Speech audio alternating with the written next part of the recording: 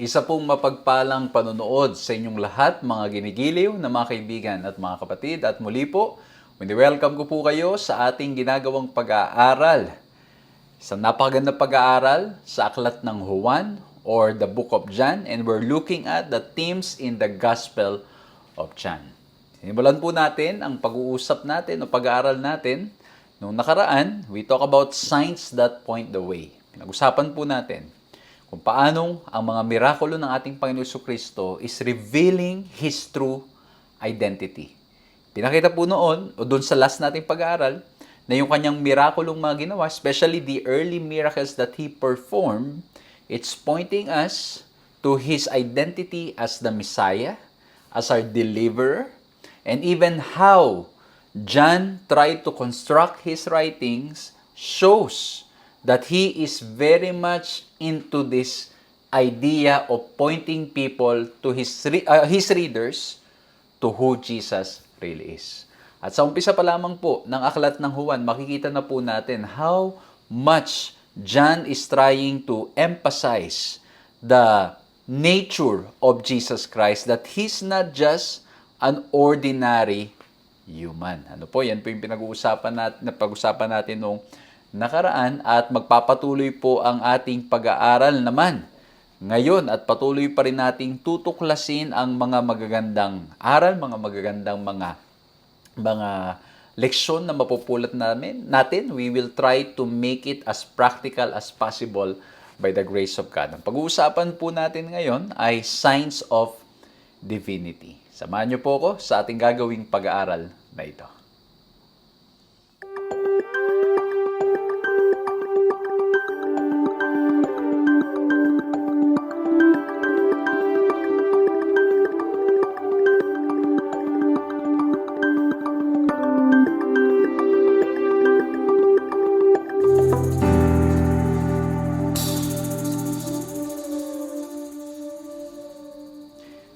Ako po si Pastor John Alexis Mercado, at patuloy po kayong sumusubaybay sa pag-aaral na ipinagkakalob po sa inyo ng 3 Points Ministries na napapanood din naman sa Hope Channel Philippines. Okay? Sana po ay patuloy namin kayong napaglilingkuran, patuloy po kayo nabibless sa mga bagay na aming ibinabahagi dito, at nawa po'y nakakatulong ito upang mas lalo pang lumago at lumalim ang ating pagkakilala sa Kanya. Kung ito po unang pagkakataon na nakakasama namin kayo, again, we invite you to like, to subscribe, to hit the notification bell. Pakisupport nyo po yung ating social media sa Facebook at saka sa YouTube.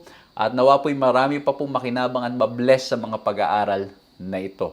Kung kayo naman ay lagi namin kasama sa radyo, sa TV, at maging sa social media, in-invite ko po kayo, pakibahagi ninyo sa mga kaibigan ninyo at mga mahal nyo sa buhay na may pag-aaral tayong ginagawa, at nawa po ay sila rin naman ay makasama natin dito po sa ating mga pag-aaral, para nang sa ganon, sila rin naman po ay magkaroon ng pagkakataon na mas lalo pang makaunawa sa salita ng ating Panginoong Diyos, at mas lalo pang lumalim ang relasyon sa Kanya. At nawa po by the grace of God, we are trying our best na gawin pong ang pag-aaral na ito as simple as we can, para po nang sa ganon ay magkaroon tayo ng isang practical na approach sa salita ng ating Panginoong Diyos. Kasi po, yung salita ng ating Panginoong Diyos, as we try to read it, as we try to study it, it's really relevant to our life today. Sometimes you will be amazed. When you read the Bible, yung mga binabasa doon, yung mga bagay na sinasabi, if you try to reflect and look at it in the lens of God's love, if you try to look at it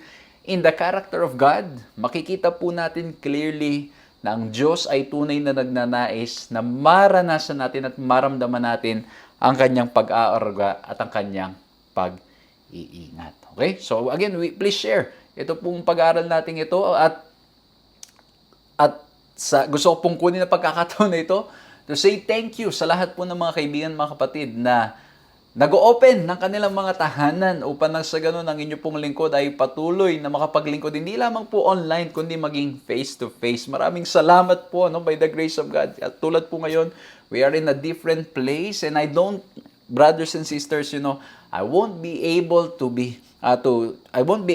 make it na makapag-serve po sa iba't ibang mga places if not for our brothers and sisters na kahit saan tayo magpunta, they are always willing and open and ready to welcome ang inyo pong lingkod. Maraming salamat po, nawa po patuloy kayong pagpalain ng ating Panginoong Diyos. Salamat po for making it possible for me to serve you, serve people, serve different places. And again mga kapatid, I am just honored, I'm humbled at the same time. I just want to thank you all at nawa po ay patuloy nating purihin ang ating Panginoong Diyos sapagkat napakabuti niya, siya'y mapagmahal, siya'y mapagpatawad, siya'y nagnanais na tayong lahat ay mga ligtas. At muli po, nais po nating imbitahin at kunin ang katalinuhan ng gagaling o hilingin ang katalinuhang ng gagaling sa ating Panginoong Diyos upang nang sa ganon, ang ating mga pag-aaralan ngayon ay maunawaan natin at maitanim sa ating puso at isipan. I'm inviting everyone to bow their heads for a word of prayer. Let's pray. Ama po naming Diyos, dakil at makapangyarihan sa lahat, maraming salamat po. At ngayon po, mag-aaral na naman po kami. Tulungan kaming maunawaan nito, ang mga bagay po na aming tutuklasin, pag-aaralan, meron pong pagkamalalim, ngunit tutulungan niyo po kami, mahal na Diyos, na maunawaan nito. And as we look at the signs, as we look at the miracles, may this help us to, and it may lead us to understand who you really are. What's your identity? What's your nature? As how John is trying to present it in the book of John. Lord, maraming salamat po. Pangunahan niyo po kami at salamat po na darama namin ang inyong presensya. Sa pangalan namin, Panginoong Hesus. Amen. So muli po mga kaibigan, mga kapatid, at sa lahat ng mga sumusubaybay, wini-welcome ko po kayo sa ating pag-aaral na to. Sumusubaybay po kayo sa pag-aaral na series na themes in the Gospel of John. And now, we will look at the topic, Signs of Divinity. Just from the title itself, papakita po natin, o hindi lang papakita, kundi yung mga miracles. We talk about yung signs, ano? Hindi ito yung mga signage lamang. Most of the time, the Bible says that, God performs signs or miracles. Itong mga bagay na ito ay dinadala tayo sa pagkaunawa kung sino ating Panginoon Jesucristo. Yung mga miracles na pag-aaralan natin ngayon, yung mga bagay na ginawa ng ating Panginoon Jesucristo will reveal His divinity. Kaya po ang ating pong memory text in John 11:25-26, ang sabi ganito. Jesus said to her, I am the resurrection and the life. He who believes in me, though he may die, he shall live, and whoever lives and believes in me shall never die. Do you believe this? Ito, pag-uusapan pa natin yan lalo na when we reach our third point. Okay? Pero dito po, pag-uusapan natin yung ilang mga I am statements ng ating Panginoong Jesucristo. And these I am statements, it's very important. Ang ganda po nitong pag-aralan. Yung mga dito po ngayon, pag-uusapan natin sa series natin ito, yung I am the bread of life, I am the light of the world, and I am the resurrection and the life. At i-connect natin doon sa mga miracles kasi doon din yung instances na minention ng ating Panginoong Jesucristo ito. Pero ang ganda po kasi makikita po ninyo na itong mga bagay na sinasabi ng ating Panginoong Jesucristo at maging yung mga miracles na kanyang ginawa, it's really pointing us to an understanding of who Jesus is. It's pointing us to the divinity of Christ. Okay? Even how John constructed ito pong kanyang sulat, it shows. Kasi yung mga parallelism na involved dito, yung mga allusion that's involved here, nagpapakita po what the author is trying to emphasize. Okay? Kaya po dito po, mapapansin nyo naman sa John 1 to verse 3, sa umpisa pa lang, clearly, pinapakita na po ni John yung nature ng ating Panginoon Jesucristo. Diba? Sa John 1:1-3. Diba? Sabi doon, in the beginning was the Word, and the Word was with God, and the Word was God. At pinapakita po doon at sinasabi na through Jesus Christ, everything existed. Okay? So, doon pa lamang ipinapakita na who Jesus really is. But, again, we will look at these different stories, different miracles that points us, that shows us the divinity of our Lord and Savior, Jesus Christ. And as usual, allow me to share with you 3 points na nawa po maging madaling paraan para maalala, maging madaling paraan para ma-share natin sa mga kaibigan at sa mga mahal natin sa buhay at sa mga kasama natin, at maging madaling paraan para maunawaan po natin itong pag-aaral na ito. And as I always say, May mga bagay po na hindi ko po matatouch. May mga bagay po na hindi ko mabibigyan ng pansin dito sa pag-aaral natin ito because our time is limited. Lagi ko po sinasabi, yung isang section pa lang na pag-uusapan natin, you can already develop a one big sermon, exegesis, or exposition of the text. Kaya po, based on how the Lord impressed your servant, yun po ang bibigyan nating pansin dito sa pag-aaralan natin ito. And kung meron po kayong ibang mga impression from the Lord or ibang lessons that you have picked up, you are free to share that. If you're watching in our social media account, pakishare nyo po sa comment box. If you are watching in the television or listening in the radio, isulat ninyo, baka malimutan ninyo yan. Para nang sa ganun, you will be ready to share it to anybody. At pag may mga panahon na kayo may mga pagsubok, mga problema, you can go back to your notes and remind yourself of how gracious and loving God is. Amen? Okay, simulan natin. Ang first point natin, ang linagay ko po dito, as we talk about the signs of divinity ng ating Panginoon Jesucristo, we will look at how the Lord provided the loaf. Okay? Provided the loaf. Ano yun, Pastor? How the Lord provided the bread. Or not just the bread, but how the Lord provided for the 5,000 men. Okay, 5,000 men kasi bakit po? Hindi po nabilang at na-mention yung mga kababaihan at maging yung mga kalalakihan. Dito po sa story na ito. Ito po yung feeding of the 5,000 found in John chapter 6. And again, this story will point us to the divinity of our Lord and Savior Jesus Christ. Ito, ang ganda po, no? Kasi yung details ng pagkakasulat ni John, it gives us an important lesson and it points us to the divinity of Christ. Like in John 6:4-5, notice how the author tried to make it very clear na nandun tayo dun sa yung setting niya. Ang sabi sa verse 4, now the Passover, the feast of the Jews was at hand. Okay? So it's giving us the background na yung Passover ay malapit na. Lifting up his eyes, then seeing that a large crowd was coming toward him, Jesus said to Philip, where are we to buy bread so that these people may eat? Okay, ano? So, pinapakita po, no? It's near the Passover. Ano ba nangyari sa Passover? Ito po yung nangyari sa Old Testament, especially the time of Moses. Ito po yung plague na kung saan ay may dumaan at yung mga firstborn, they were killed, but those who believe in the words of God at naniwala po sila na yung blood na ilalagay nila doon sa doorpost, they will be saved, representing the blood of Christ. Basahin natin to. The Passover was a commemoration of the deliverance of Israel from Egypt. The Passover lamb took the place of the death of the firstborn. This sacrifice symbolized the death of Jesus in our behalf. On the cross, the punishment that we deserve because of our sins fell on Jesus instead. Kasi again, mga kapatid, minimension yung Passover, the Feast of the Jews was at hand. So gusto po nating bigyang background, ano ba itong Passover na sineselebrate na ito? And sa Book of John, it has been clearly stated na ang ating Panginoon Jesucristo is the Lamb of God. Okay? He is the Lamb of God. Sinabi pa nga ni John, behold, the Lamb of God who takes away the sins of this world. Okay? So, ang ating Panginoon Jesucristo na, yung nag-substitute dito. That's why, at His death on the cross, na-stop na ito. Kaya nga po, di ba, napunit yung veil from top to bottom, signifying the end. Because the death of Jesus Christ, once and for all, wala na. Tapos na. Kumbaga, it's all complete. Kaya sabi sa Great Controversy, page 540, He bore the guilt of transgression and the hiding of his father's face until his heart was broken and his life crushed out. All this sacrifice was made that the sinners might be redeemed. Upang tayo ay mga ligtas. Ito yung intention.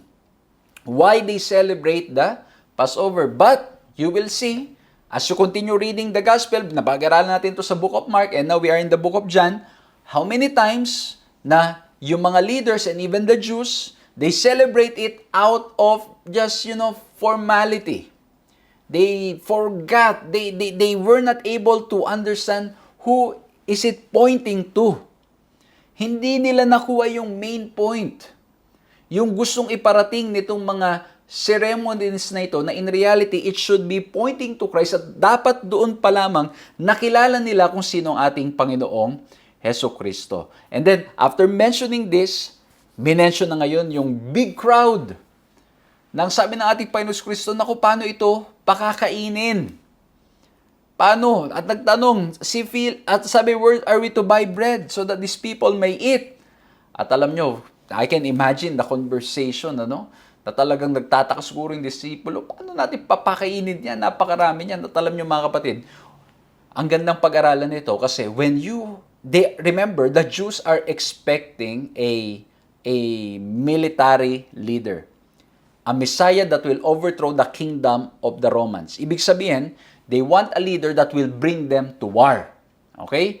And when it comes to war, the most challenging part ng isang leader, ng isang magiging tagapagligtas nila is how can the leader sustain them by providing them the nourishment or the food that they need, and at the same time, how do they heal yung mga may injury, yung mga nasugatan because of the war. Kaya po dito, yung expectation ng mga Hudyo ng Messiah at tapos ang ating Panginoon Kristo magpe-perform ng miracle, ng pagpapakain sa kanila, they are seeing that really Jesus can be their king. Kaya pag binasa nyo yan sa Matthew chapter 14, o sa Matthew and Mark, kaya ang mangyayari doon, ang gagawin ng ating Panginoon Kristo after they fed them, di ba? Ang gagawin natin Panginoon Kristo, He will isolate Himself and pray to the Father. Kasi bakit? They want to crown Jesus as their king because of this background. Kasi ang point, kayang i-provide ng ating Panginoon Kristo, kaya niyang maggawa ng mga miracles and signs para nang sa ganon, mapakain tayo. This is the king that we want. But, they miss the most important point that in reality, what Jesus is trying to provide to them is not just the bread that will deliver them from hunger at that moment, but the bread of life that will save them from their situation, from their sin. Kaya ang ganda nito, kung titingnan po natin yung parallelism involved dito po sa pag-aaral na ito, mapapansin nyo po sa John 6 verse 4, the time of the Passover, it points to the great deliverance from Egypt. And then Jesus goes up on the mountain in John 6 chapter 3, verse 3, and then Moses also went up to Sinai. Si Jesus in John 6, 5-6, tests Philip, the Israelites were tested in the wilderness. In John 6:11, we have the multiplication of the loaves. In the Old Testament, we have this, it reminds us of manna, how the Lord provided the food from heaven for them. In John 6:12, we have the gathering of the leftover food. And then in the Israelites, di ba, they gathered the manna. Harks back to the Israelites gathering the manna. In John 6:13, 12 baskets of leftover are picked up, and then the same number as the 12 tribes of Israel.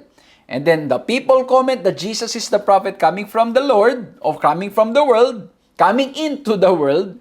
And then sa Deuteronomy 18:15, it's parallel to the prophet like Moses predicted po doon sa Deuteronomy 18:15. So, all of this story, ito pong story that we can find in John chapter 6, yung feeding of the 5,000, yung construction and how it is parallel to what happened in Exodus, it all points to Jesus as the new Moses who will come to deliver His people. Okay? Pero hindi lang yon. Kasi bakit? Sa John 6:35, ang sabi pa ng ating Panginoon Kristo, I am the bread of life, He said, He who comes to me shall never hunger.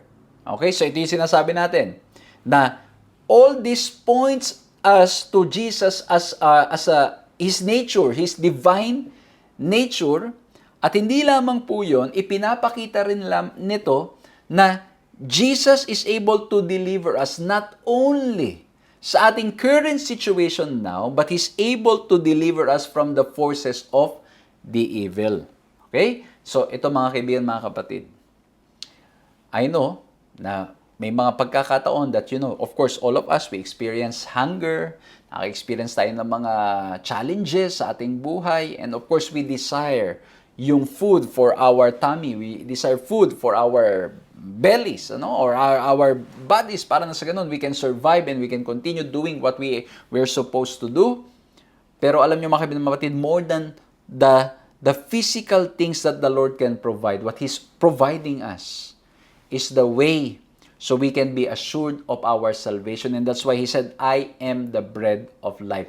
As the bread is able to sustain us for a while, Jesus is able to sustain us and give us the life that we need because He is the bread of life. So, ito na yung mga I am statements ng ating Panginoong Jesucristo. And that's why we always try to remind people, dito po sa mga pag-aaral natin, kung manonotice po ninyo, we always want to remind people the importance of studying the Word of God. The importance of going back to His words. Okay? Kasi bakit po yung salita ng ating Panginoong Diyos ipinapakilala who Jesus is. While many people are trying to find ways to sustain themselves, to sustain their family, which is well and good, but ultimately, what we should not miss is Jesus as our bread of life. Okay? Kasi we can be so busy reaching for success, reaching different achievements and milestones in life, and yet miss the most important person in our lives. Walang iba kundi ang ating Panginoon Jesucristo. Kaya sabi ng isang author o isang preacher na sinabi ko, yung greatest trouble that we can ever experience is succeeding in life that doesn't really matter. Okay? Baka nagtatagumpay tayo sa mga bagay na hindi naman talaga mahalaga. Kasi na-miss natin yung tunay na mahalaga at walang iba kundi yung makilala natin that Jesus is the bread of life. Ang sabi po ni Ellen White sa Desire of Ages 385, there's dissatisfied hearts queried why. If Jesus could perform so many wondrous works as they had witnessed, could He not give health, strength, and riches to all people, free from their oppressors, and exalt them to power and honor? The fact that He claimed to be the sent of God, and yet refused to be Israel's king was a mystery which they could not fathom. His refusal was misinterpreted. Many concluded that He dared not assert His claim because He Himself doubted as to the divine character of His mission. Thus they opened their hearts to unbelief, and the seed which Satan had sown bore fruit to its kind in misunderstanding and defection. Ayan, Kasi nga gusto nilang i-crown si Jesus as their king because of what Jesus performed, yung miracle na pinerform ng ating Panginoong Jesucristo, but they missed the point that in reality, this miracle is pointing to who Jesus is. It's pointing to His nature, His divine nature, and it's pointing that He is our Messiah, that He is our Savior, that He's saving us from darkness to marvelous light. So, kaya magandang katanungan dito and point of reflection natin, how many times have we missed what the Lord really intended for us to understand? How many times? Palagi ko maraming beses. That's why nga pag minsan yung isang bagay ulit-ulit nating ginagawa na mali kasi we miss the point. Hindi natin naintindihan. Ito po mga kaibigan, mga kapatid, mga kaibigan. In my ministry as a pastor, I have learned to say yes and at the same time to say no. I think the hardest part as a pastor sometimes is to say no. Kasi as much as we can, we want to provide everything that we can provide to help, But, as I tried to attend to seminars, how you can be a better leader and all of that, naalala ko yung isang lecture when I attended in Thailand. Sabi ng isang lecturer, sabi niya, sometimes the greatest help we can provide is to say no. And be clear to them. Kasi bakit? Yung pag-say no natin will help them to understand na hindi lahat ng mga bagay ay makukuha natin. And at the same time, yung pag-say no natin will help us or will help people to redirect their thoughts sa mga bagay na mas mahalaga. Kasi bakit po? Di ba bilang mga magulang, hindi naman pwedeng lahat ng gusto ng anak natin, we just, yes tayo, nabigay tayo ng bigay. Kasi pag ginagawa natin yan, i-spoil yung ating mga anak, And, they are being trained na everything in life can just be taken. O they can just receive it. And especially pag may mga hinihingi na silang mga bagay na hindi pa appropriate for their age, we need to say no. And in the same way, dito po, mga ginigiliw na mga kaibigan at mga kapatid, many times we try to miss the point when God is saying no to us. Okay? And dito naman, many times we commit a mistake in thinking that just because we experience miracles, ay automatic, we are doing or we are in the right track. Ni-emphasize ko po yan last time. Ni-emphasize ng ating lesson yan last time. Na hindi porkit nakaranas tayo ng miracle, ay automatic, it is coming from the Lord because Satan can also perform miracles. Okay? Kaya po ang kailangan ma-identify natin at ito ba ay dinadala tayo sa tamang pagkakilala sa ating Panginoon Jesucristo. And so, this miracle is coming from the Lord. And it's supposed to point them to who really Jesus is, that He is the bread of life, and yet they focus too much on the bread, the physical bread, and so when Jesus declined to be king, to be there, again mga kapatid, just to make it clear, yung worldly king that they are thinking, because Jesus is a different kind of king, He's really a king, but a different kind of king, yung hearts nila, nagkaroon ng kakaibang pananaw, nagkaroon ng mga pagdududa, at nagkaroon po ng mga question, doubt, and some maybe are even angry. So again mga kapatid, we need to make sure that the things that we are experiencing in life, we are not missing the point. Okay? Ako po yun ang lagi ko sinasabi sa aking mga anak, sa mga missionaries po namin, when we give things, in reality, the purpose of the gift is to let them feel that you love them. And when you say no, it's also because you love them. Because you want the best for them. And of course, tayo, mga human beings, may mga pagkakataon na ang ating understanding ng mga bagay, ako po, I admit, as a father and as a pastor, sometimes how I see things, how I perceive things can be limited, and I operate only with the limited knowledge, na meron po tayo, but we try our best, we connect with God, we pray to the Lord to help us to make the right decision and make the right decision and and hopefully we can reach the right destination. Pero as human beings, we are limited. But in here, God is a loving God. God sees everything. So whatever He does, we need to understand it in a way that God is pointing us, Jesus is pointing us to who He really is. Okay? So nung binigyan ng bread, minahal ng tao yung bread, hindi yung nagbigay ng bread.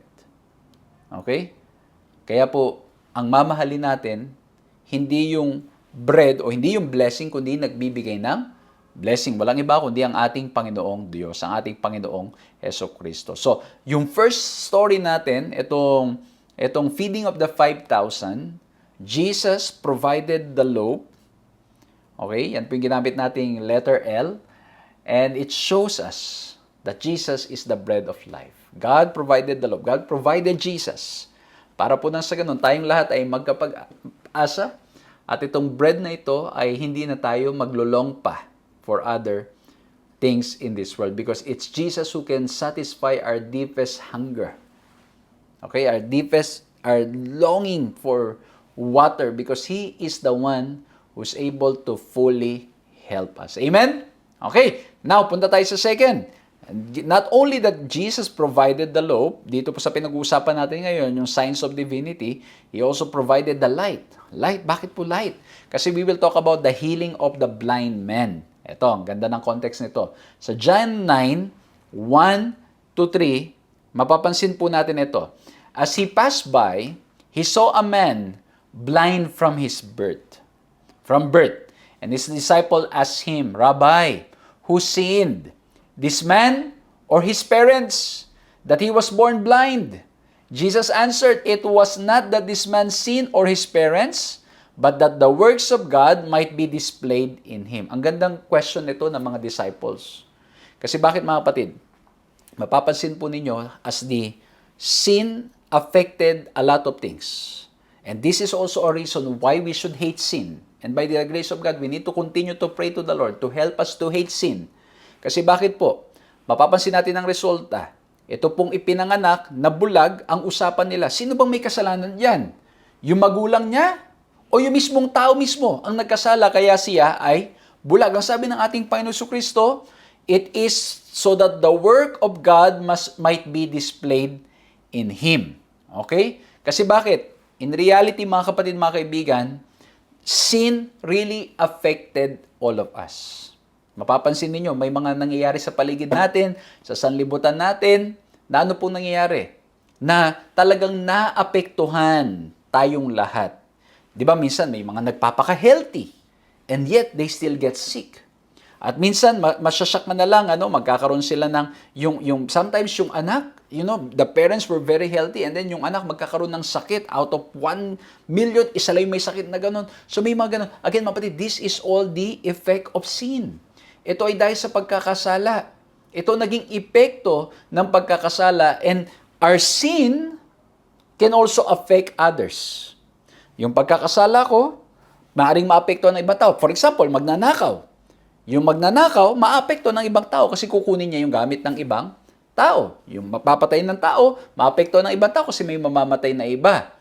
Pero, the overall consequence of sin, yung simula pa lamang doon kay Adan at Eva, it affected everything.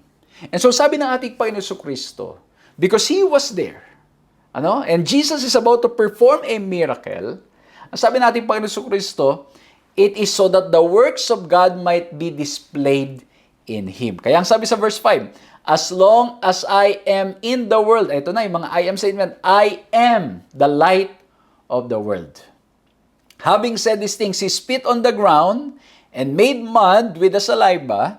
Then He anointed the man's eyes with the mud and said to him, go and wash in the pool of Siloam, which meant sent. And so he went and washed and came back seeing. Nakakita na itong lalaki o itong taong ito na bulag na siya ay pinanganak. And because of that, the glory of God is displayed. The work of God has been displayed through this man. Okay? So, again, yung statement nating Panginoon Jesucristo, I am the light of the world. Ang ganda pa nito, no? Pagtitingnan po natin, mga kaibigan, mga patid, He spit on the ground and made the mud with saliva and anointed the man's eye with the mud. Papansin natin, mga patid, when man was created from the dust of the ground.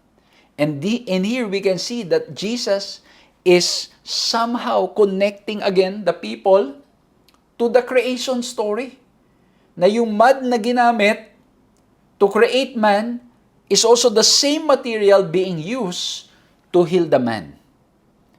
Kaya po, alam niyo, mga patid, somehow again, mga patid, seemingly, it could be that Jesus is returning them back to the story of creation, how the Lord performed a miracle of life, yung miracle of life, na kung saan yung tao from the dust of the ground and breath into his nostrils at nabuhay, naging tao.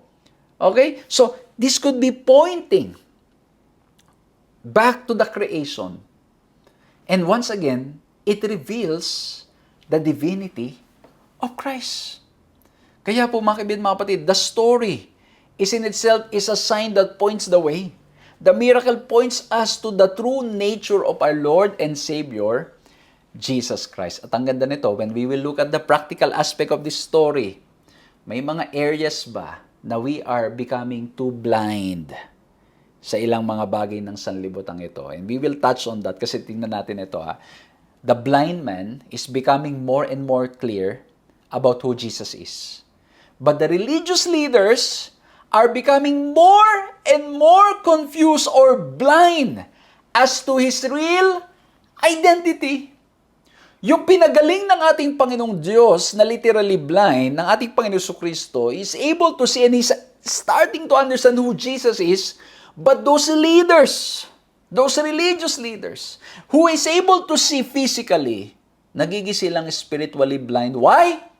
Because of their hardness of hearts, because yung desire nila for worldly things, for attention, for glory, and you will see yung purpose nila na they don't want their kingdom, or let's say their leadership to be taken out from them. Kaya po tingnan ninyo, pagdating sa 29, ang sabi nila, we know that God has spoken to Moses, but as for this man, we do not know where he comes from. Sabi nitong mga religious leader, di namin alam. Saan nanggagaling yan? Sino ba yan? Sino bang identity niya? Instead of allowing the miracles to open their eyes, they became more blind. Because they would not open themselves. Hindi nila makita that everything is in reality pointing to Christ. Hindi nila napansin that the actions of Christ is in reality returning them back to the writings of Moses in Genesis about creation. Hindi nila nakita. Kasi bakit? They were too blinded sa kanilang mga sarili. Kaya sabi ng blind man, the man answered, "Why is this an amazing thing? You do not know where he comes from? And yet he opened my eyes. We know that God does not listen to sinners, but if anyone is a worshiper of God and does His will, God listens to him. Never since the world began has it been heard that anyone opened the eyes of a man born blind. If this man were not from God, he could do nothing." Ayan, sabi nitong blind ngayon. Kung hindi siya galing sa Diyos, hindi siya makakagawa ng ganitong mirakulo. And so he's starting to see clearly. Pero tingnan niyo po naging reaction ng mga religious leaders. They answered him, "You were born in utter sin. And would you teach us?" And they cast him out. Grabe mga kapatid, ano? There's already a miracle. And I can imagine that they know that this man has been blind. Ina-imagine ko mga kapatid, when the disciples asked that question, sino magkasala, yung tatay niya o yung siya mismo? I think this is a question that they've been hearing from the discussions of the religious leaders. Alam niyo yun, minsan di ba, may nag-uusap, let's say, ng mga pastors, ng mga leaders ng church, nag-uusap sila, at ikaw bata ka naman, lalakad ka, tapos narinig mo, tapos pag uwi mo, itatanong mo sa magulang mo, "Mami, Daddy, ano nga ba yung sagot sa ganito?" Tapos minsan tatanungin na, "Ba't mo natanong?" Tapos narinig mo, I can imagine mga batid, again, I'm trying to imagine na itong mga disciples, they've been hearing this discussion. There has been series of debates, maybe ongoing, between religious leaders. Sino nagkasala, ganito, ganyan. And yet Jesus performed a miracle. And yet, instead of being amazed of who Jesus is, they were afraid na mawawala sa kanila ang attention, mawawala sa kanilang mga position. And when the blind man was already teaching them that Jesus is from God, that Jesus' nature is different, He's divine. The blind man is referring to the divinity of Christ. They could not accept. Kaya nga, mapapansin nyo po, even in the last study that we have, yung blasphemy, sinabi nila, he's committing blasphemy, he's claiming to be God.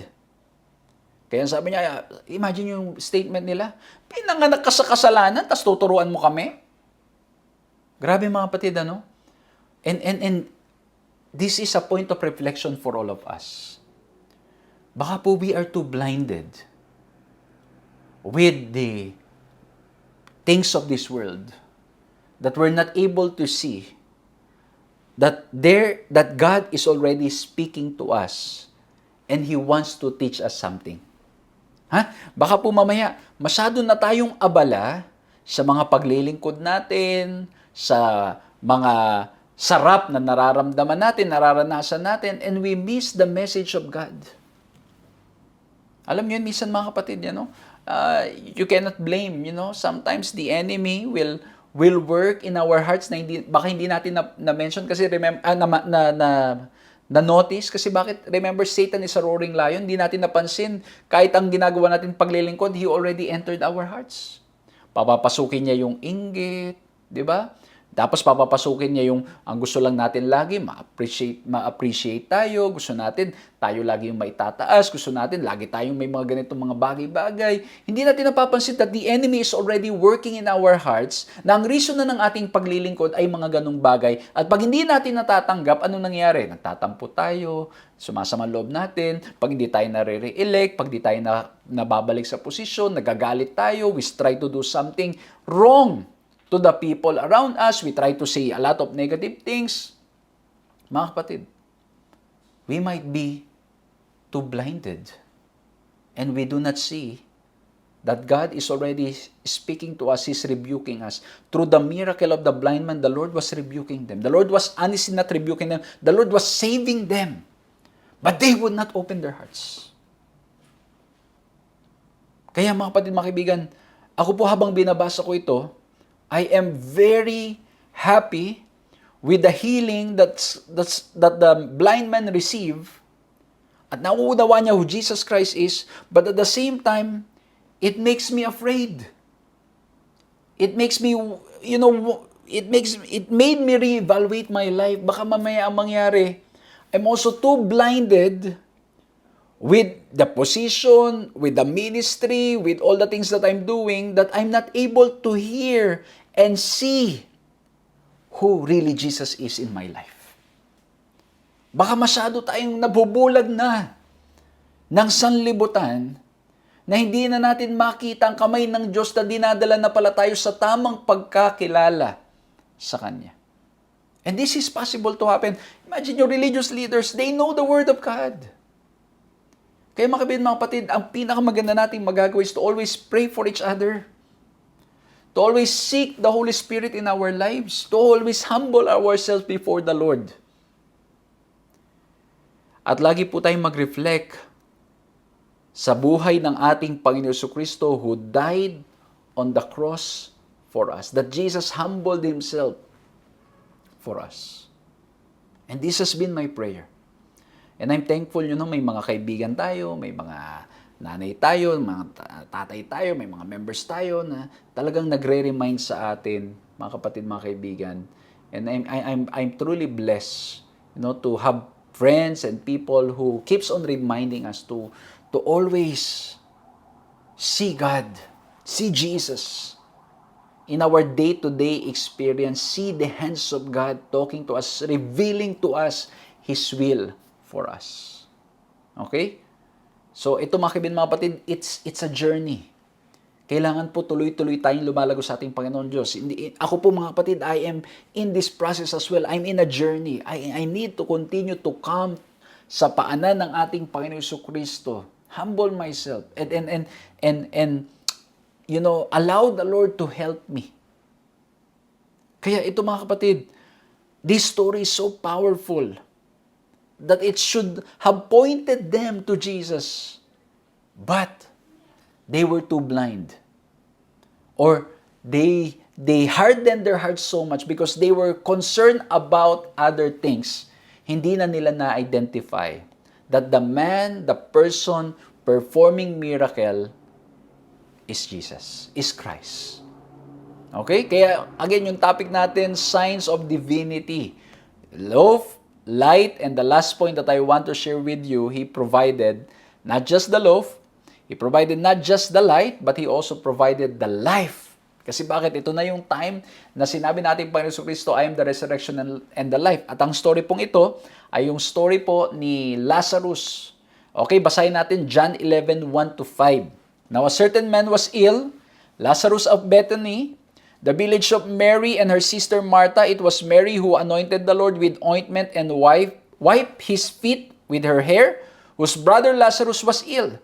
So the sister sent to Him, saying, Lord, he whom he loved is ill. But when Jesus heard it, He said, the illness does not lead to death. It is for the glory of God, so that the Son of God may be glorified through it. Again, yung Christological name, Son of God, may be glorified to it. So again, mga kapatid, this miracle will point to the true identity of our Lord and Savior, Jesus Christ.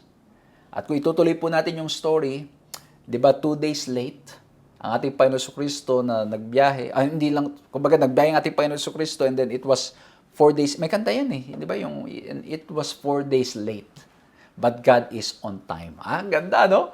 Di ba? So kumbaga nangyari mga kapatid, hindi kagad nagpunta ang ating Panginoon Jesucristo and Lazarus died and Martha, she was crying, Mary was crying, at ang sabi nila, Lord, kung nandito ka lamang sana, hindi namatay ang aking kapatid, kung nandito ka lamang sana.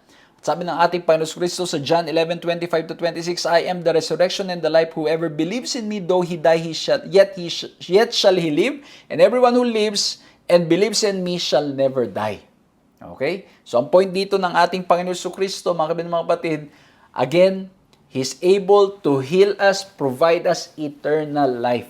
Kaya nga sabi ni Mary, ni Martha, sabi nila, yes, Lord, I know that He will rise again. When you come for the second time. Okay, He will rise again in that day. Pero sabi natin pa rin sa Kristo, no, today, I'm able to resurrect Him because I am the resurrection and the life. And again, mga kapatid, this will point to the divinity of Christ. Kasi bakit po? Bakit po? Tulad nung sinabi nung blind man kanina, sino nakakapagpagaling ng bulag na mula noon, bulag at pagkatapos ay gumaling? And now, someone who will die will be resurrected. Okay? And I can just imagine, mga kaibigan, this is really a very interesting, not just interesting, fascinating scene that people and the disciples and even the religious leaders will be witnessing and will be hearing. And yet, ang mangyayari po dito ay many will still not believe, and many, of course, by the grace of God, will find themselves or will realize that they are talking or they are mingling with somebody who is not just an ordinary person. Siya po, mga kaibigan, mga kapatid, his nature is being revealed. His divinity is being revealed. And based on the story, kung itutuloy-tuloy natin ang basa, ano po nangyari? Jesus, alam niyo, itong story ito, it's full of emotion. There's weeping, there's crying, may mga pagluha, may mga yung anguish, yung mga lamentations nila, nilalabas nila. And even Jesus in this chapter wept. Kasi bakit? Yung mga tao, they were crying without fully understanding kung ano ba talaga ang mangyayari or alam yun. Eto, mga kapatid, mga kaibigan, and Jesus went to the tomb and called Lazarus, and by the grace of God, Lazarus went out and he was alive. He was alive. Nabuhay na mag-uli si Lazarus, which shows that God is truly the resurrection and the life. And what practical lesson can we pick up here? That we should not fear death. Huwag tayong matakot sa kamatayan. Matakot tayo kung ang ating buhay ay hindi pa nagsisimula sa ating Panginoong Hesukristo. Kailangan ang ating mga buhay ay naka-anchor sa ating Panginoong Hesukristo. Because why? Sa mundong ito, death will come. Ang kamatayan ay darating. Ano po? Alam nyo, mga kapatid, mga kaibigan, sa bawat biyahe natin sa araw-araw, we don't know when accident will happen. Kahit may sasakyan ka, accident can happen.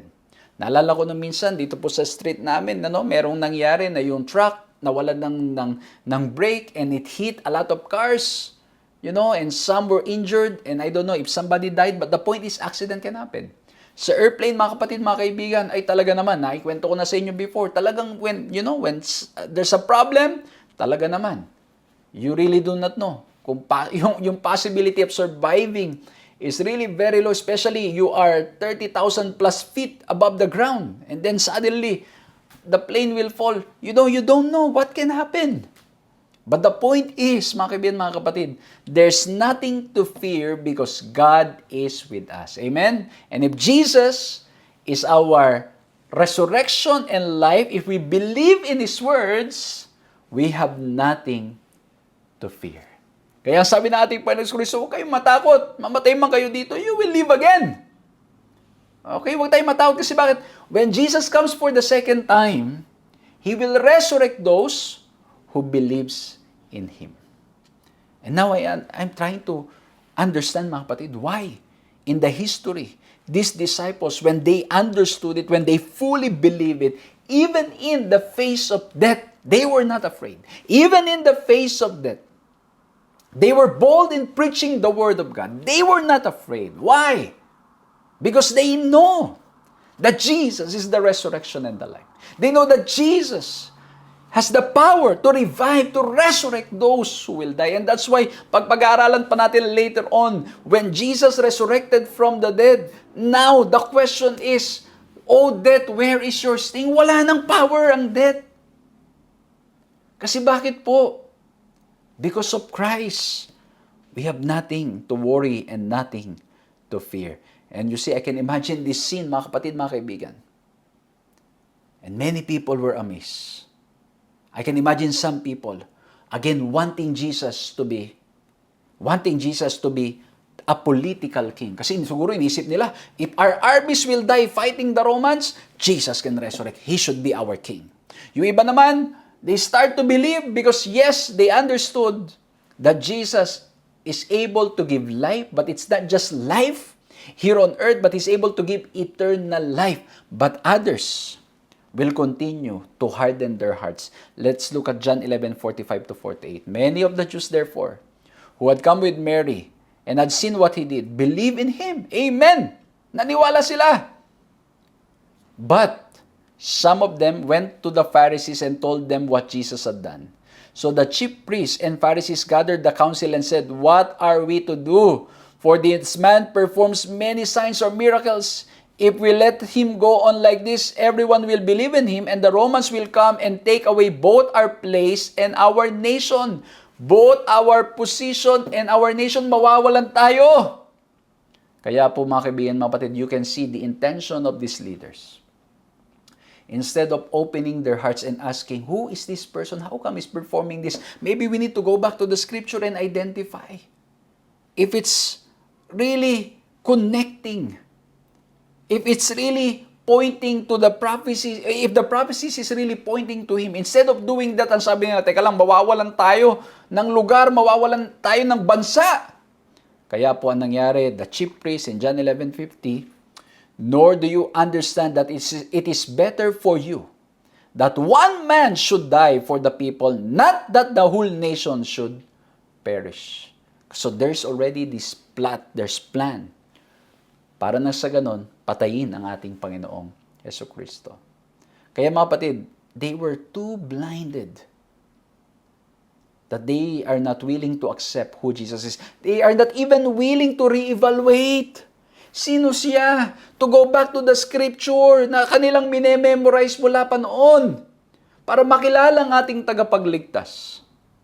And mga kapatid, this is again a lesson curve for us. Baka mamaya basa ng Biblia and yet we do not know Christ. We do not trust Him. We do not believe in Him. And during those moments na we are down and we have problems, we doubt in Him. Kasi we don't have a relationship with Him. But you know all the doctrines. You know all the teachings. Alam mo yun, yung kaya mong i-recite lahat, yung mga numbers, prophecies, alam mo lahat.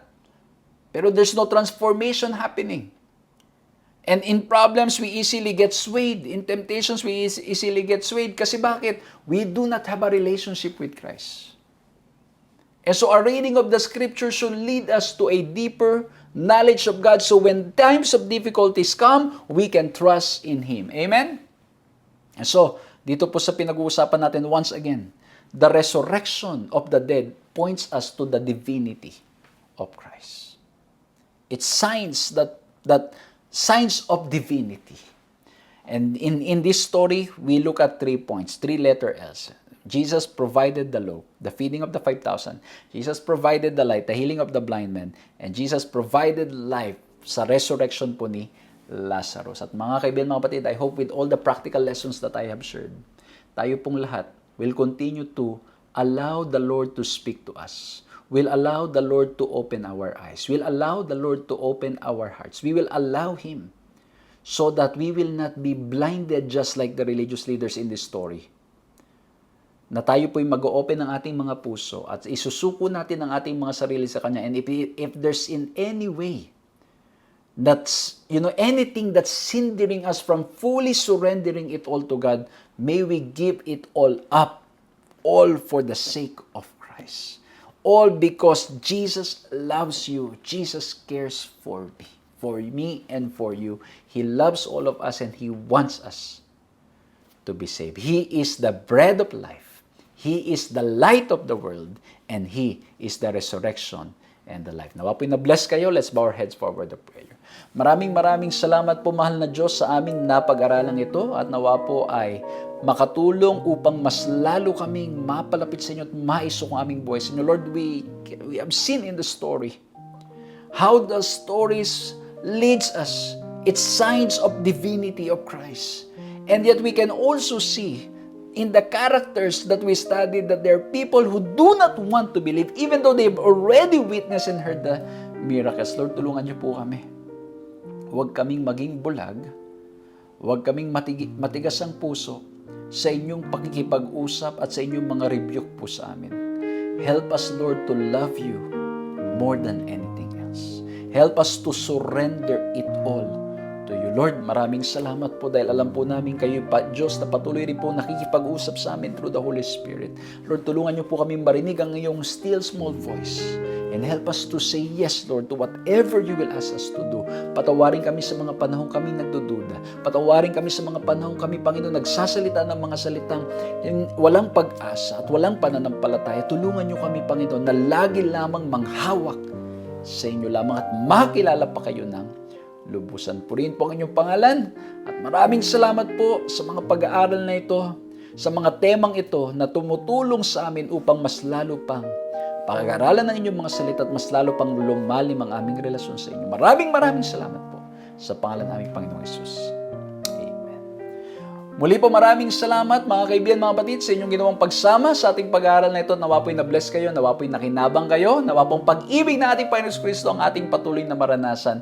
And once again, we continue to invite you to share this program para po nang sa ganun mas marami pang makinabang at mabless. Pakisupport po ang ating Facebook at ang ating YouTube by liking, subscribing, and once again, by sharing or by reacting alone. It adds to the algorithm of this. And again, thank you po sa mga nagpe-pray at nagsusupport parang ministry natin online and face-to-face will continue. May the Lord bless you all and we hope to see you again next time.